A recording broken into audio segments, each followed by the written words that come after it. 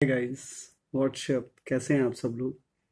So today is a very important class because I want to discuss motion of a charged particle in the presence of electric field.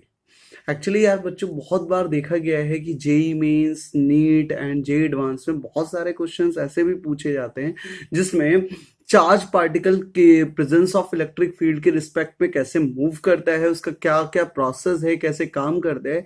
So let us see. हम एक analysis करेंगे कि motion of a charge particle in the presence of electric field. Before starting my lecture I want to introduce again about me. This is a Vaishnavi online classes physics by Saurabh Sharma. This is me. जैसा कि मैं हमेशा कहता आया हूँ, if you have a more doubts related to concept और related to numericals, so please ping on my WhatsApp number. This is 8858980568, and the WhatsApp group links are given in a subscription box. You can join with the subscription box. Now यार बच्चों, इस article को समझने के लिए एक important concept है, उसको भी मैं जरूर बताऊंगा, जो बहुत ज्यादा पूछा गया है. कई बार देखा गया है कि उससे रिलेटेड क्वेश्चन भी बनता है, बट कुछ क्लासेस में उसे नहीं पढ़ाया जाता, तो मैं उसको वहां पे यहाँ डिस्कस करूंगा. The Millikan oil drop experiment. आप देखिएगा क्या होता है Millikan oil drop experiment. It is also based on the motion of a charge particle in the presence of electric field, और उससे रिलेटेड यहाँ पर कुछ क्वेश्चंस करेंगे हम इस कॉन्सेप्ट पे बेस पे, जिससे हम इस कॉन्सेप्ट को बहुत अच्छे से बिल्डअप कर सकें. सो बी अ पेशेंस. आप अपना थोड़ा पेशेंस रखिएगा क्योंकि ये क्लास बहुत अच्छी होने वाली है, थोड़ी लेंदी भी जाने वाली है. So please started again. So motion of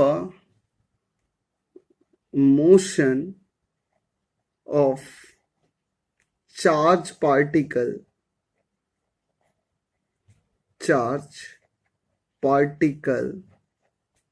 in the presence of electric field. So यार बच्चों जरा देखते हैं one by one point. First of all एक पॉइंट ये कहता है, अगर कोई पॉजिटिव चार्ज है किसी रीजन ऑफ इलेक्ट्रिक फील्ड में, अगर कोई पॉजिटिव चार्ज रखा हुआ है तो वो क्या करेगा, अगर इलेक्ट्रिक फील्ड की डायरेक्शन इस तरफ है तो पॉजिटिव चार्ज भी उसी डायरेक्शन में फोर्स फील करता है. सो this is the force feel by the positive charges. So force experienced by positive charge, this F is equal to QE. अगर बेटा इसका मास m है, तो it will be start a acceleration in this direction. So net force QE is equal to, अपन क्या लिख सकते हैं, मास इनटू एक्सेलरेशन. सो यहां से एक्सेलरेशन कितना आ जाएगा, this is QE by m. तो आप देख रहे हो इन the presence of electric field एक चार्ज पार्टिकल ने एक एक्सेलरेशन फील किया. So if it is start from rest, if it is start from rest, अगर बेटा रेस्ट से स्टार्ट होता है, so after time t, its velocity is, say we use a at, so a is QE by m, so this is QE by m into t. Okay, similarly it is the displacement is s is equal to half of at square, so this is s is equal to half QE by m into t square. Similarly इसी तरीके से यार एक और term बन सकता है, वो क्या होता है कि सबसे इंपॉर्टेंट चीज की यार, अगर डिस्प्लेसमेंट हमें दिया होता और स्पीड पूछता हमसे, तो v is equal to u square plus twice s. अब जैसा कि हम जानते हैं कि दो तरीके का मोशन होता है, एक होता है मोशन इन वन डायमेंशन, दूसरा होता है motion in two dimension. So as we know motions are classified in three dimensions. Motions are classified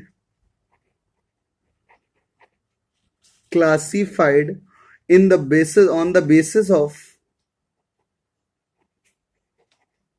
dimensions. One is one dimension motion, other one is two dimension motion, and last one is a three dimension motion.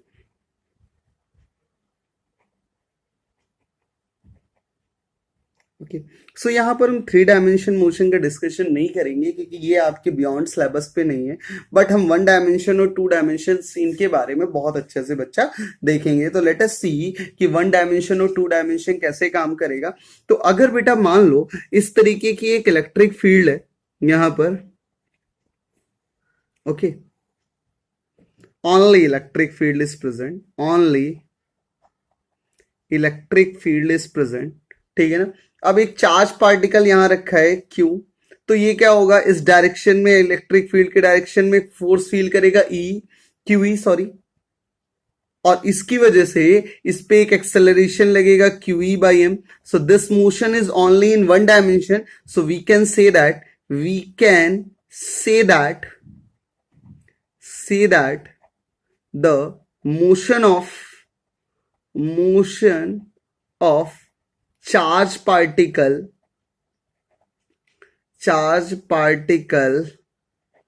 is in straight line.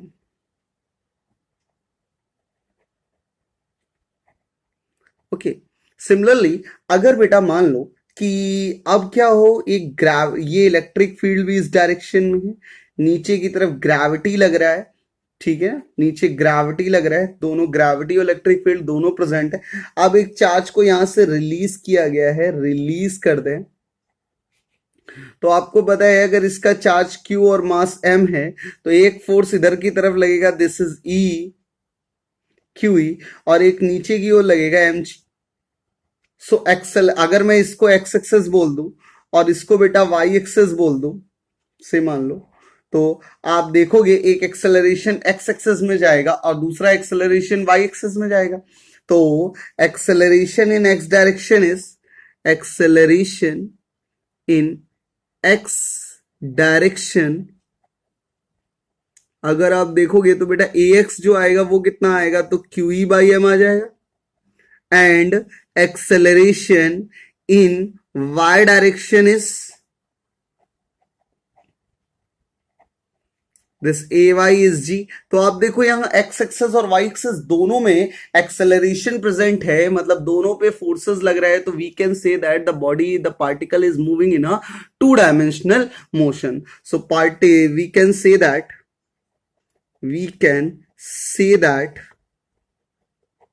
the motion of charge particle is in two dimension. The motion of charge particle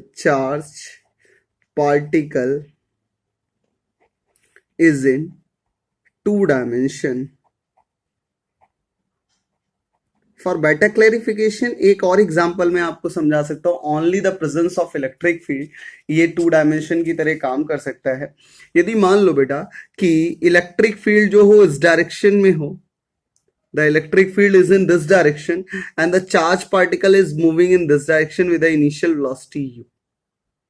okay, तो आप देखोगे acceleration y axis में लग रहा होगा, और वो कितना लग रहा होगा, अगर इसका चार्ज q है, मास m है, तो एक्सेलरेशन y डायरेक्शन में जो लगेगा वो कितना लगेगा, this is QE by m। सो आप देखो इसका जो मोशन होगा सच लाइक दिस, तो ये भी टू डायमेंशनल मोशन है, so we can say that this is also a two dimensional motion.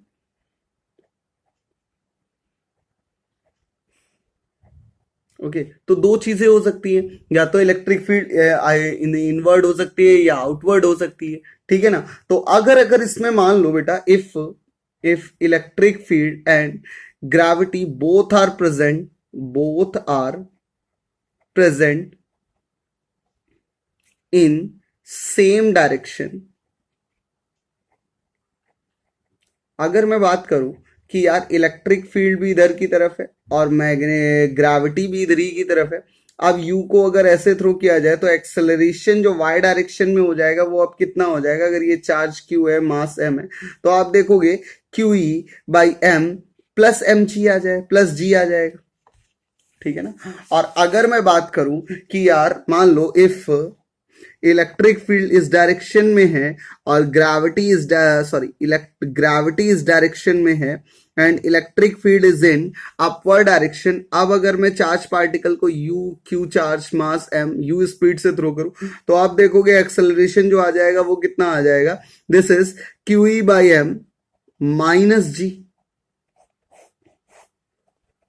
Okay, so this is a basic concept जिसको आपको अच्छे से यूज करना है कि हमें क्या यूज करना है, मोशन इन जो हमने काइनेमेटिक्स मोशन में पढ़ा हुआ है कि यार कैसे एक्सेलरेशन निकालते हैं और उसको यूज करते हैं। तो छोटे छोटे आर्टिकल्स से हम देखते हैं। Before starting a numericals section, firstly I want to introduce about the most important experiment, this is a Millikan oil drop experiment. I want to discuss a next experiment, this is a very important experiment, this और कई बार इसका question पूछा जा चुका है। This a Millikan oil drop experiment. होता क्या है बेटा, इस मिल्कियन ऑयल ड्रॉप एक्सपेरिमेंट में हम दो तरीके की प्लेट्स लेते हैं, एक पॉजिटिवली चार्ज होती है, एक नेगेटिव चार्ज, जिसको हम एक्सटर्नल सोर्स की बैटरी से कनेक्ट कर देते हैं, जिसकी वजह से ये बैटरीज पे चार्जेस जनरेट हो जाता है और यहाँ पर एक इलेक्ट्रिक फील्ड स्टैब्लिश हो जाती है। अभी मैं आपको दिखाऊंगा आगे चल के कि इलेक्ट्रिक फील्ड बराबर होता है potential difference divided by the difference between the two potential points, okay, terminal। अब ये क्या है, ये एक ऑयल जार है, ऑयल जार। इस ऑयल जॉल से ऑयल को गिराया जाता है, जिसकी वजह से क्या होता है, due to friction between the plates, orifice of the plates and oil drops, it becomes negatively charged, or due to some another regions the oil drops are becomes negatively charged। so मैं लिख सकता हूं due to presence of electric field between plates, the negative charge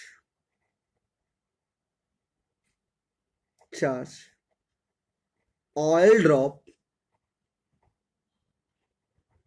the negative charge oil drop becomes at rest। क्यों, ऐसा क्यों होगा, क्योंकि ये क्या हो गया, नेगेटिव चार्ज हो गई। तो अगर ये नेगेटिव चार्ज हो गई बेटा, तो इलेक्ट्रिक फील्ड नीचे की ओर है, तो एक फोर्स ऊपर की ओर लगेगा QE, बिकॉज चार्ज नेगेटिव है, और नीचे की ओर लगेगा mg। So in equilibrium we can say that कि यार QE इज इक्वल टू कितना हो जाएगा यार, mg हो जाएगा। तो यहां से आप देखोगे चार्ज कितना आ जाएगा, mg बाई q आ जाएगा। okay, after switch of the electric field या after this field is absent, जैसे ही ये फील्ड को हम स्विच ऑफ कर देंगे, मान लो यहाँ पर की लगाई गई है और इस की को ओपन कर दिया गया, तो इलेक्ट्रिक फील्ड वैनिश आउट हो गई। जैसे ही इलेक्ट्रिक फील्ड वैनिश आउट होगी, this will be drifted downward with a speed say vt and obtain a some terminal velocity। तो जैसे ये कोई कांस्टेंट वेलोसिटी ऑब्टेन करेगा, दैट मींस कि इस पे कौन सा लग रहा है, एक विस्कस फोर्स लगने लगा है। सो आगे देखते हैं एक्सपेरिमेंट में क्या किया गया। After switch off the field,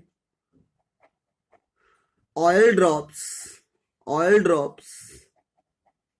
falling downwards due to viscosity in a liquid,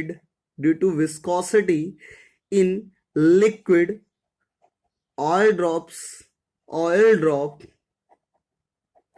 attains terminal speed। बेटा टर्मिनल स्पीड क्या होता है, it is a constant speed. तो जैसे ही टर्मिनल स्पीड ऑब्टेन करेगा, तो एक बार फिर से बना लेते हैं। तो आपको पता है नीचे की ओर जा रहा है, तो विस्कस फोर्स हमेशा मोशन के अपोजिट डायरेक्शन में लगेगा, तो this is viscous force 6 pi eta r vt, and नीचे की ओर जो लगेगा वो कितना लगेगा, तो दिस इज mg।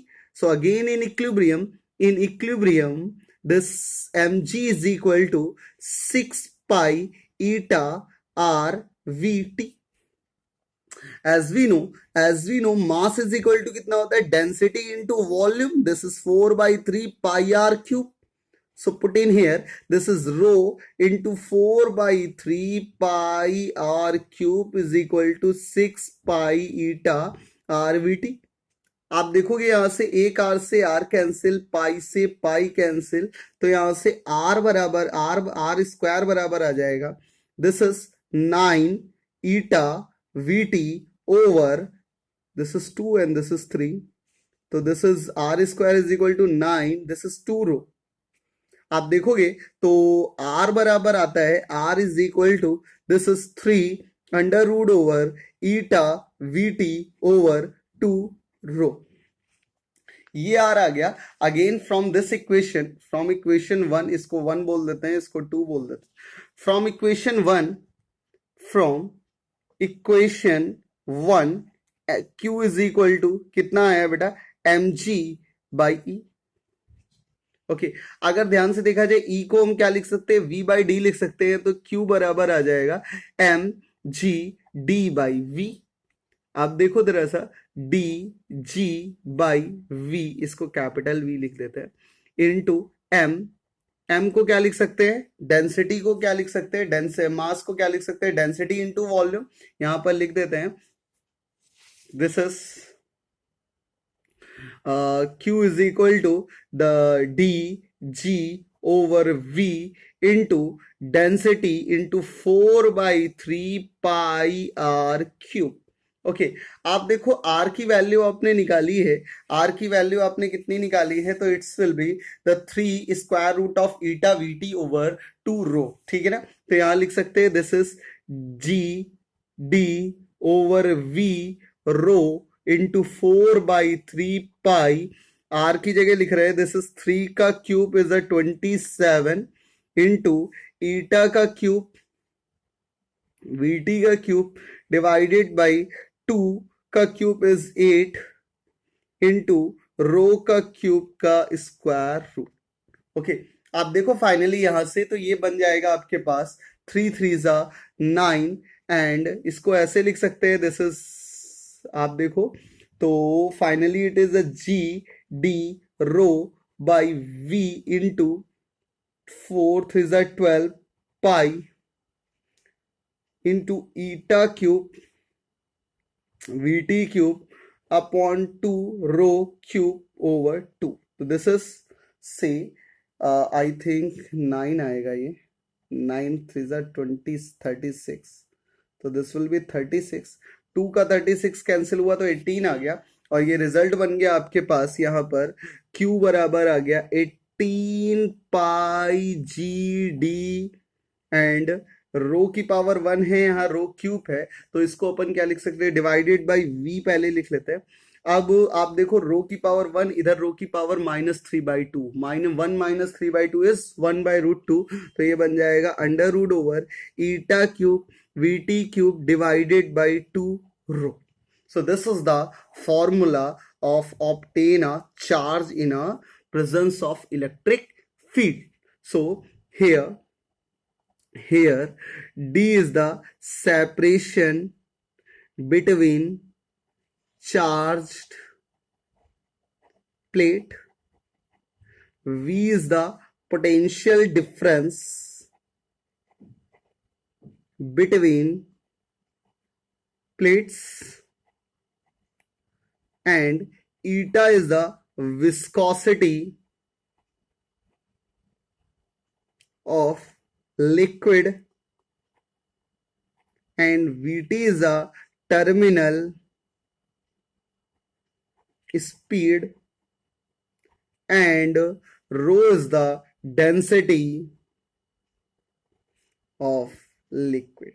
सो अगर चार्ज आपको निकालना है तो चार्ज कितना आ जाएगा, this is 18 pi g d by v under root over eta cube vt cube upon 2 row.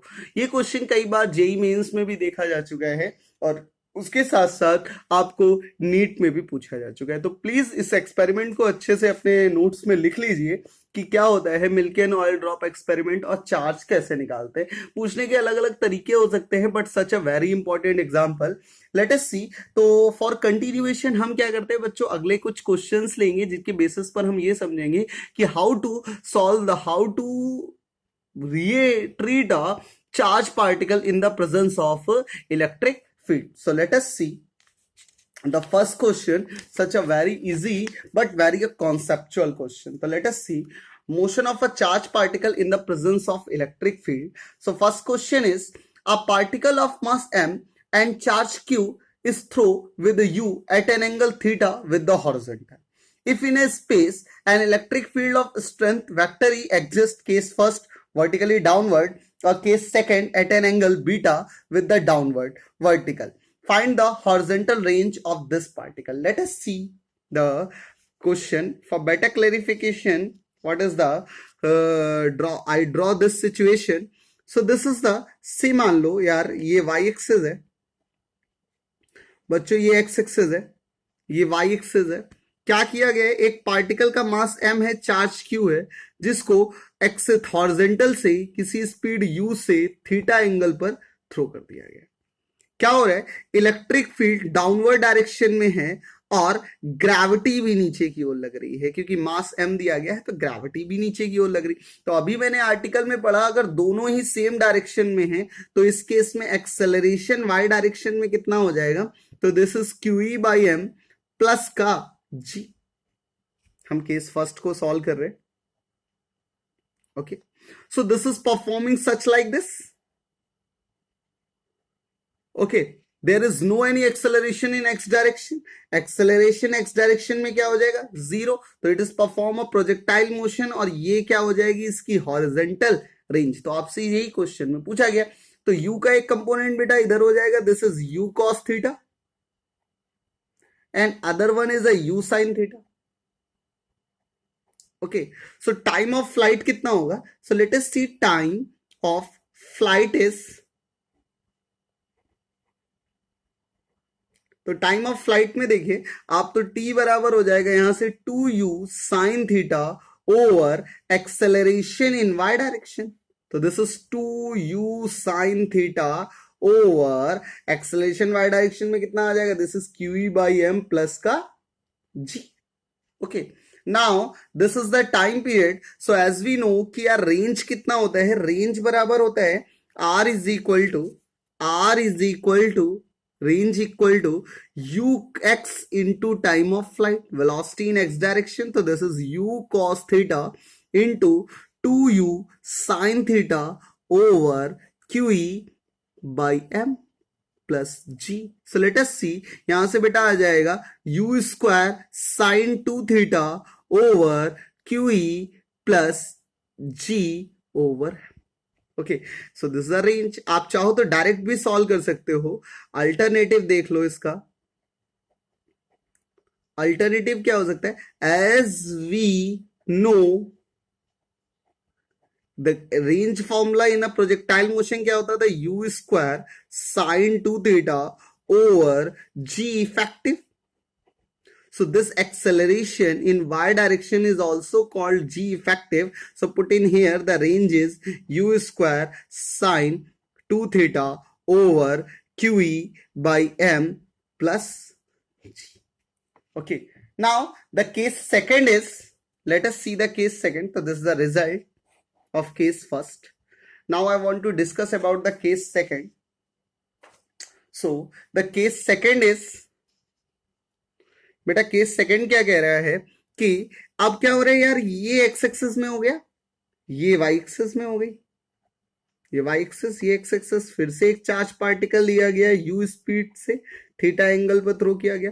But इस बार क्या है कि यार जो इलेक्ट्रिक फील्ड है वो at an angle beta with the downward, मतलब अब जो इलेक्ट्रिक फील्ड आ रही है वो इस वर्टिकल से एक beta electric field beta angle पे बना रही है। सो एक्सेलरेशन जो y डायरेक्शन में हो जाएगा इस बार वो कितना हो जाएगा, तो this is QE by m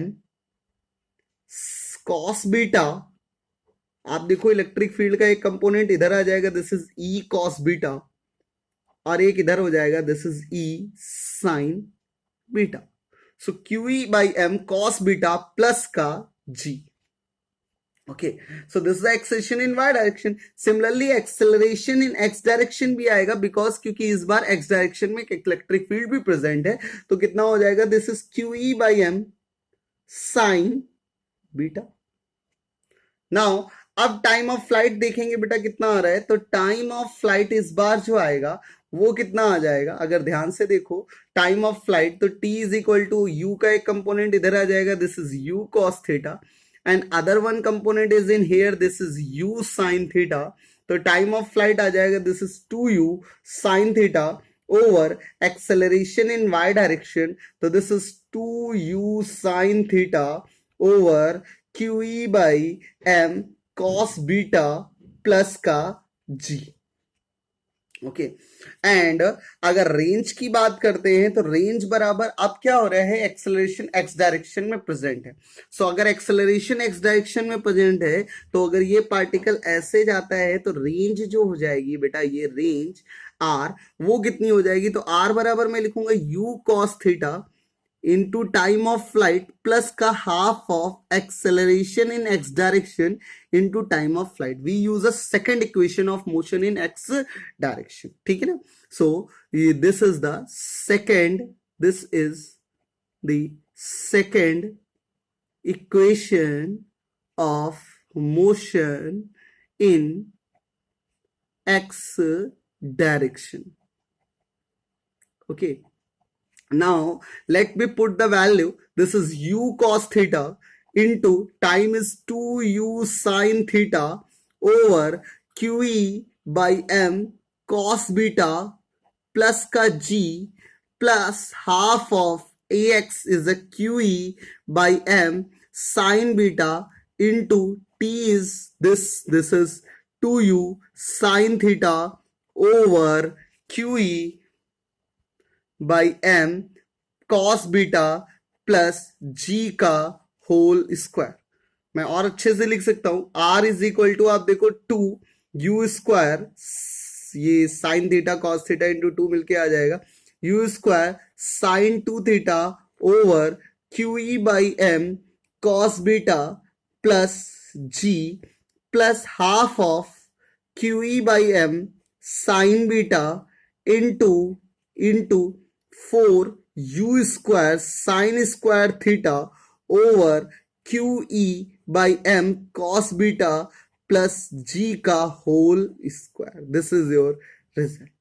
so how to handle the questions in the presence of electric field, कि दैट कि कैसे चार्ज पार्टिकल जो है वो इलेक्ट्रिक फील्ड के प्रेजेंस में काम करते हैं.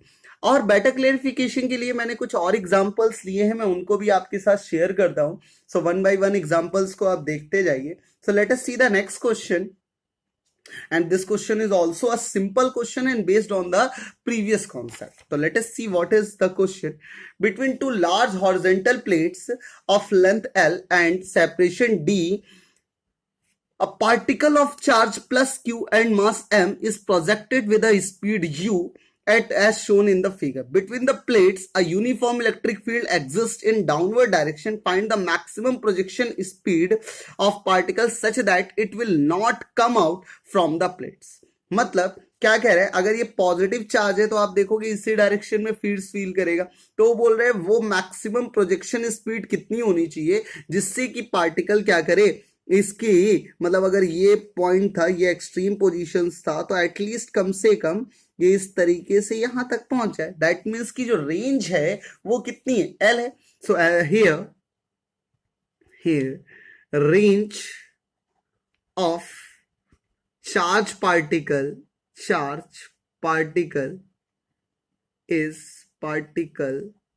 is L. ओके, अगर इसकी रेंज L हो गई तो रेंज बराबर क्या फॉर्मूला हो जाएगा, U अंडर रूट ओवर, आप देखो this is 2h by G effective.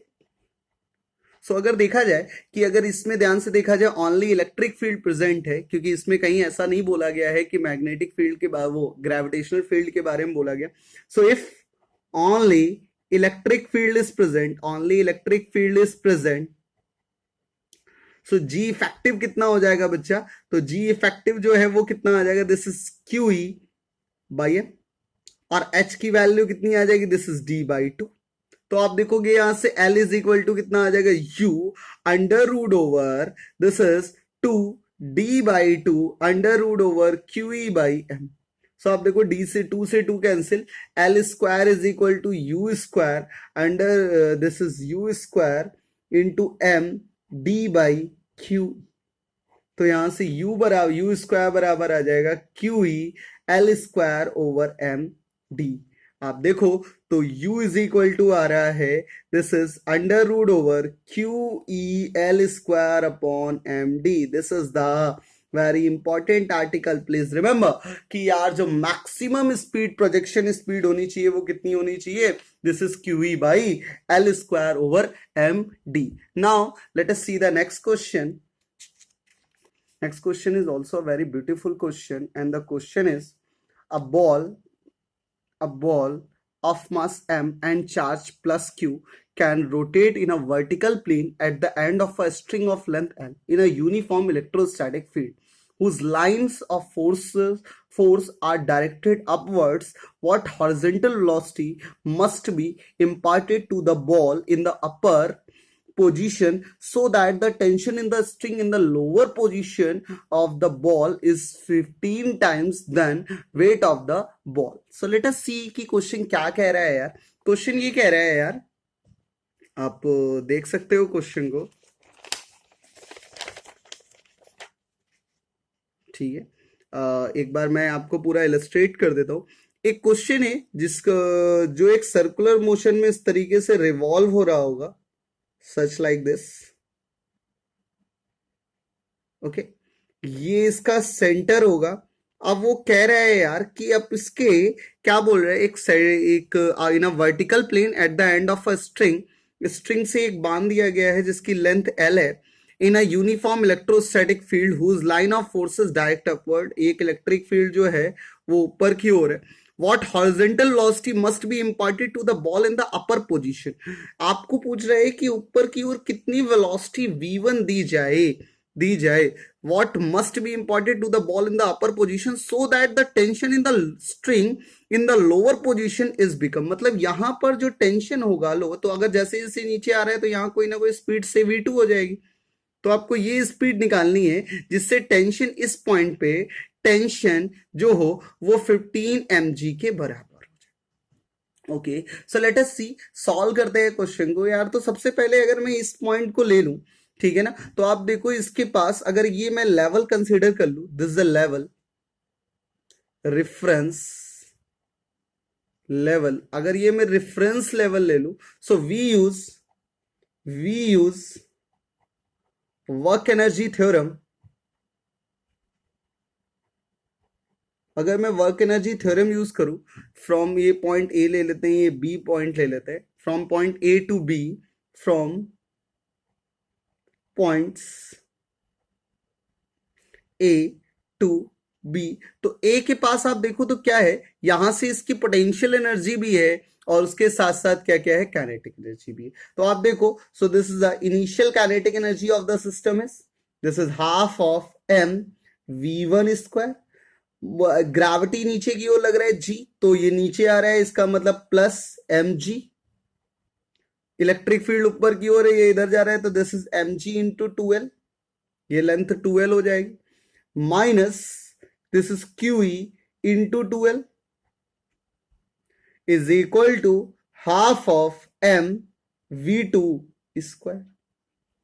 अगर मैं हाफ हटा दूं तो ये बन जाएगी m v1 square is equal plus का 4mgl, sorry this is 4mgl minus 4QEL is equal to mv2 square. This is equation number 1.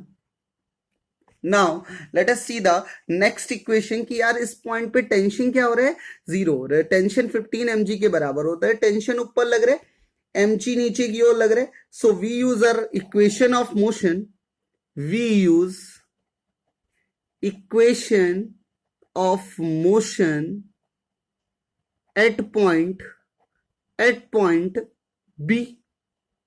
तो आप देखो ये सर्कुलर मोशन परफॉर्म कर रहे हैं, तो मैं लिख सकता हूं T minus M G is equal to M V two square over L. This is centripetal acceleration. Net force is equal to centripetal acceleration. यहां से टी कितना है 15 mg, तो ये बन जाएगा 14 mg is equal to M V two square over L. So यहां से आप देख रहे हो तो एम वी टू स्क्वायर किसके बराबर आ जाएगा? This is 14 mgl. This value is put in this equation. So यहां से जैसे ही पुट करेंगे तो from equation two one, from equation one आप देखोगे तो इक्वेशन वन के अकॉर्डिंग अगर मैं बात करूं तो m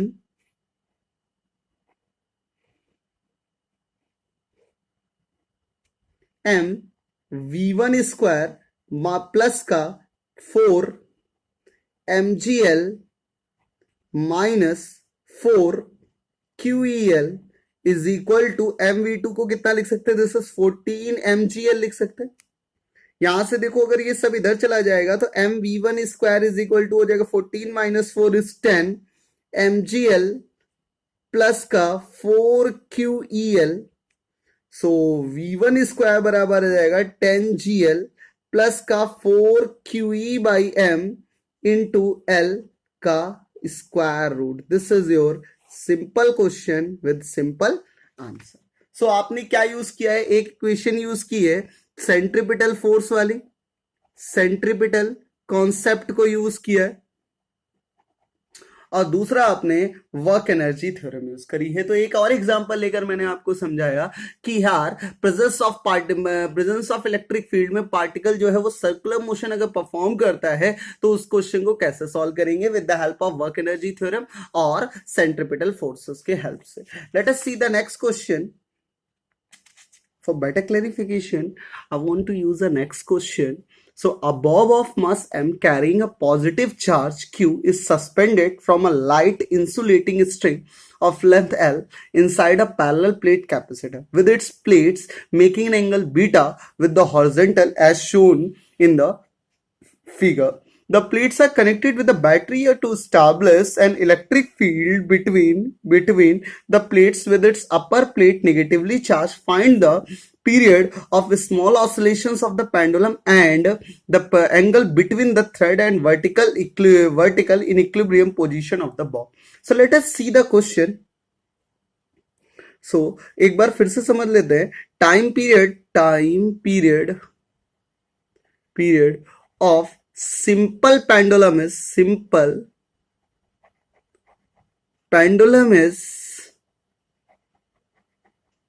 अगर टाइम पीरियड सिंपल पेंडुलम की बात करें तो t बराबर होता है 2 pi under root over L upon G effective. Let us see, इस क्वेश्चन को समझते हैं यार. तो इस क्वेश्चन में क्या है यार कि एक प्लेट पॉजिटिवली चार्ज है, दूसरी प्लेट नेगेटिवली चार्ज है, जो किसी एंगल अल्फा बीटा पर इस तरीके से हिंज. सो ये प्लेट बेटा पॉजिटिवली चार्ज है, मान लो इस तरीके से. इसी के पैरेलल एक प्लेट और रखी है जो नेगेटिवली चार्ज. इन पॉजिटिव और नेगेटिव चार्ज होने की वजह से इस पर एक इलेक्ट्रिक फील्ड ई स्टैब्लिश हो गई. अब क्या है, यहां पर एक बॉब था जिसको इस तरीके से हिंच किया गया था, but due to this presence of electric field it will be drifted such like this. कुछ ना कुछ एंगल अल्फा ड्रिफ्ट कर जाएगा. अब जैसे ही ड्रिफ्ट करेगा तो यहां पर बेटा एक क्यूई ऐसे फोर्स लगने लगेगा due to presence of electric field. नीचे की ओर लगेगा बेटा mg. सो इस इक्वेशंस को हम ड्रॉ कर देते हैं. So draw the FBD, draw FBD draw करेंगे यार तो होगा क्या, आप देखो तो ये चार्ज पार्टिकल है, ये एंगल अल्फा है, तो टेंशन T इधर की तरफ लगेगा और ये एंगल बन जाएगा, ये एक फोर्स लग रहा है QE जो एंगल बीटा पर लग रहा है, दिस एंगल इज बीटा, और यहां पर नीचे लग जाएगा mg. तो QE का एक कंपोनेंट इधर आ जाएगा, this is QE sign beta. दूसरा कंपोनेंट बेटा इधर आ जाएगा, this is QE cos beta. Similarly आप देखोगे इधर ही तरीके से इधर एक कंपोनेंट आ जाएगा T साइन अल्फा और इधर आ जाएगा प्लस का T cos alpha. So now they from in equilibrium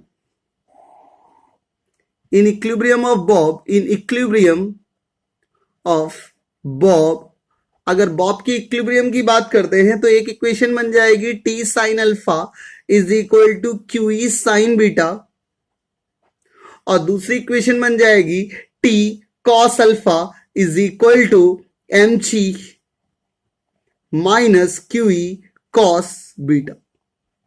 So this is equation number 1, this is equation number 2. For equation 1 divided by equation 2, this is tan alpha. 10 alpha is equal to QE sin beta upon mg minus QE cos beta. So यहाँ से alpha is equal to आ जाएगा tan inverse and QE sin beta upon mg minus QE cos beta. This is the first answer of this question. Now the second is एक question तो ये बन गया कि and vertical in equilibrium position, एक angle निकालना था, angle between the vertical thread and the vertical in equilibrium position of the Bob. दूसरा क्वेश्चन था find the period of small oscillation, जिसके लिए हमें जी इफेक्टिव चाहिए. तो आप अगर ध्यान से देखो एम जी इधर की तरफ लग रहा है, ये एंगल बीटा है. सो ये एंगल बेटा यहां से यहां तक का पूरा कितना हो जाएगा, दिस इज 180 माइनस बीटा. ठीक है, सो दिस एंगल इज 180. इसको अगर ऐसे ड्रॉ करें तो दिस एंगल इज बीटा, तो ये एंगल पूरा कितना हो जाएगा 180 माइनस का बीटा. तो हम बोल सकते हैं दो एक दूसरे के लॉ ऑफ पैरेललोग्राम. तो effective value of G is the जी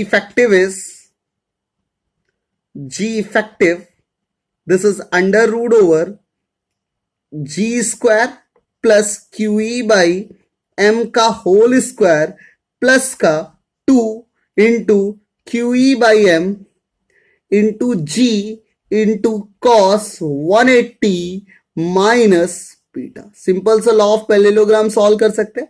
दो वेक्टर्स एक दूसरे के से 180 माइनस बीटा का एंगल बना रहे हैं, तो नेट इफेक्टिव वैल्यू निकाल ली यहां से. अब अगर ध्यान से देखो इसको तो cos 180 minus theta is a minus cos theta, तो ये बन जाएगा G effective is this is under root over G square plus Q E by M का whole square minus 2 Q E G by M cos beta. This is your G effective. The time period is 2 pi square root of L over square root of G square plus QE by M का whole square minus 2 QEG by M cos beta. So this is the time period. और for better to better clarification एक question और करते हैं जिससे थोड़ा सा और आप अच्छे से समझ सको कि कैसे करेंगे हम टॉपिक को. तो late us see the next different question. A rectangular tank of mass m naught and charge q is placed over a smooth horizontal floor. A horizontal electric field E exists in the region. Raindrops are falling vertically in the tank at the constant rate of n drops per second. Mass of each drop is m. Find the velocity of the tank as a function of time. तो एक बार बेटा questions देख लो क्या कह रहा है question ये कह रहा है एक टैंक है यार, इस तरीके का मान लो रेक्टेंगुलर टैंक होगा जिसे एक हॉरिजॉन्टल फ्लोर पे रख दिया गया है सच लाइक दिस, और इस पे जो मास है वो m नॉट है, चार्ज q है, एक इलेक्ट्रिक फील्ड हॉरिजॉन्टली प्लेस्ड है और रैन नीचे इस तरीके से गिर रही है जिसका मास जो है वो m.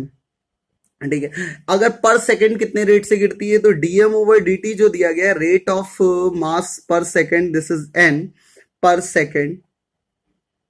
तो आप देखो आप मान लो ये किसी टाइम t पर after time t the tank acquires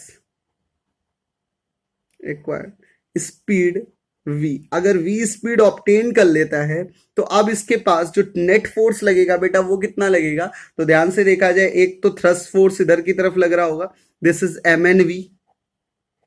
ठीक है, t टाइम पे कितना हो जाएगा nt मास आ जाएगा तो mn tvt. ओके, तो यहां पर मैं बोलूंगा net force is equal to this is QE minus m n v t. इसको क्या लिख सकते हैं तो टोटल मास हो जाएगा इसका पास t टाइम पे m नॉट प्लस एक का मास अगर m है तो mn t into dt dv over dt is equal to this is QE minus mn vt. Okay, अगर ध्यान से देखा जाए, आप इस इक्वेशंस को अगर देखोगे, दिस इज आर यू होता है, I am sorry, R U, R कितना हो जाएगा, R M N V, okay okay okay okay okay, T time पे मास अगर, ठीक है, आर यू होता है, I am sorry, this is R U, thrust force बराबर कितना होता है, this is R U, so यहाँ पर हो जाएगा आर कितना है, एन एम पर सेकेंड, अगर ये एन रेट है तो एन एम हो जाएगा, this is N M U. आप देखो यहाँ से तो यार जो टर्म बन जाएगा वो बन जाएगा M naught plus N M N T into D V over D T is equal to Q E minus M N V. अब देखो यार, v वाले टर्म्स को एक तरफ लिख लेते हैं, तो D V upon Q E minus M N V is equal to D T upon M M naught plus M N T. Integrate कर देते हैं तो at t equal to 0 the velocity is 0, after time t its velocity is v. So after integration जो ln आ जाएगा वो QE upon QE minus mnv is equal to ln m naught upon m naught plus mnt minus upon m naught. ठीक है ना, anti log ले लेते हैं, तो anti log, taking anti log on both sides, so QE upon QE minus mnv is equal to m naught plus mnt over m naught. तो यहां से वेलोसिटी जो आपके पास आ जाएगी वो QE upon t upon m naught plus mnt. This is your final answer. So let us see the next question. एक और question लेते हैं यार बच्चों, थोड़ा सा अच्छा क्वेश्चन है, तो लेट अस सी कि उसको कैसे सॉल्व करेंगे. तो इजी क्वेश्चन था. अगला क्वेश्चन ले लेते हैं एक. तो अगले क्वेश्चन को सॉल्व कर रहा हूं, और मैं आपको 2 क्वेश्चंस आज होमवर्क में देने वाला हूं. पहले एक क्वेश्चन देख लेते हैं. A cavity of a radius r is present inside a solid dielectric sphere of radius r having a volume charge density rho. The distance between the center of the sphere and the cavity is e, and electron e is kept inside the cavity at an angle theta equal to 45 degree as shown. How long will the electron mass m and take to touch the sphere again. एक बार फिर से मैं बना के आपको बता रहा हूँ.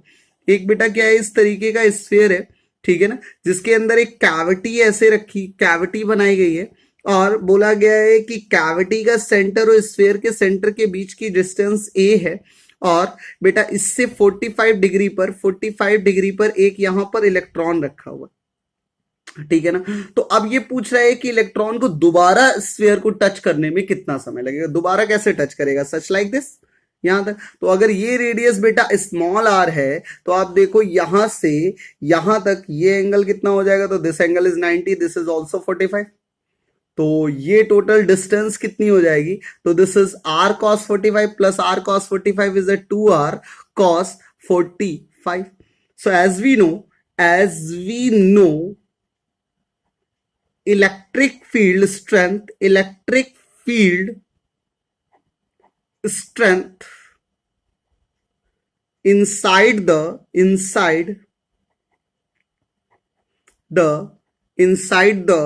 cavity is, electric field inside the cavity कितनी होती थी, rho a upon 3 epsilon naught, and the direction of electric field is such like this.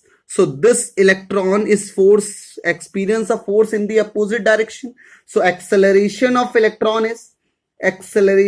an electron कितना हो जाएगा, तो एक्सेलरेशन ऑफ एन इलेक्ट्रॉन जो आ जाएगा वो आ जाएगा a is equal to e by m. So this is rho a e upon 3m epsilon naught. Okay, ये आ गया इलेक्ट्रॉन का एक्सेलरेशन. अब मेरे को डिस्टेंस पता है, तो टाइम बराबर कितना होता है, तो s is equal to half of at square if it is start from rest. तो अगर रेस्ट से स्टार्ट हुआ तो s कितना हो गया, 2r into cos 45 is 1/√2 is equal to 1/2 into rho A E by 3m epsilon naught into T square. तो यहां से आप देखोगे तो ये बन जाएगा √2, तो this is 2√2 r into 3m epsilon naught divided by rho A E is equal to T square. So time बराबर आ जाएगा square root of 2√2, 2 3 6√2 m r epsilon naught divided by rho a e. This is your final answer. तो this is also very easy question कि यार अगर आपको electric field पता है, फर्स्ट इक्वेशन ऑफ मोशन का यूज कर रहे हो आप, तो आप बड़ी आसानी से क्वेश्चन को सॉल्व कर सकते हो। Now let us see the next question. मैंने आपको बोला है कि जो अगला क्वेश्चन है वो मैं आपको होमवर्क देने वाला हूं, क्योंकि मुझे पता है कि आप कर सकते हो। तो क्वेश्चन क्या है, a uniform electric field E is established between the two parallel charge plate as shown in the figure. An electron enter the field symmetrically between the plates with a speed u. The length of the each plate is L. If the electrons does not strikes any of the plate, find the angle of the deviation of the electron as it comes out of the field at the other end of the plate. तो find the angle of the electron as it comes out of the field. क्या हो रहा है, जब इस electron को छोड़ा गया तो आपसे पूछ रहा है कि अगर ये यहां से टकराता है तो ये एंगल थीटा कितना होगा। सिंपल क्वेश्चन है सर, बहुत आसानी से आप करोगे। अगर आपने ऐसे क्वेश्चन सेंटर ऑफ मास में किए हैं या प्रोजेक्टाइल मोशन में किए हैं तो आप बड़ी आसानी से इस क्वेश्चन को सॉल्व कर लोगे, क्योंकि इसमें सिर्फ और सिर्फ इलेक्ट्रिक फील्ड ही प्रेजेंट है, जिसकी वजह से एक एक्सेलरेशन वाई डायरेक्शन नीचे लगेगा E/m। तो आप बड़ी आसानी से बता दोगे कि यहाँ पर वेलोसिटी कितनी होगी। वाई डायरेक्शन में और एक्स डायरेक्शन में दोनों को कंपोनेंट करके डिवाइड करोगे, रिजल्ट आ जाएगा। ओके, सो आपको समझ में आया होगा कि मोशन ऑफ चार्ज पार्टिकल कैसे काम करता है इन the presence of electric field, और ये बहुत इंपॉर्टेंट है। इसके लिए milk and oil drop experiment को आप बहुत अच्छे से रिमेंबर रखिएगा। उससे जो चार्ज का मैग्नीट्यूड निकालते हैं उसके लिए जो कॉन्सेप्ट, जो फॉर्मूला बताया गया वो भी बहुत जरूरी है। नेक्स्ट क्लासेस बहुत इंपॉर्टेंट क्लासेस हैं, क्योंकि अब हम बात करेंगे अगली क्लासेस में इलेक्ट्रोस्टैटिक पोटेंशियल एनर्जी की and electric potential. So I hope कि अभी तक आप इंजॉय कर रहे होगे, कॉन्सेप्ट को बहुत अच्छे से बिल्डअप कर रहे होगे। So good bye, take care and keep it up, stay home and stay safe.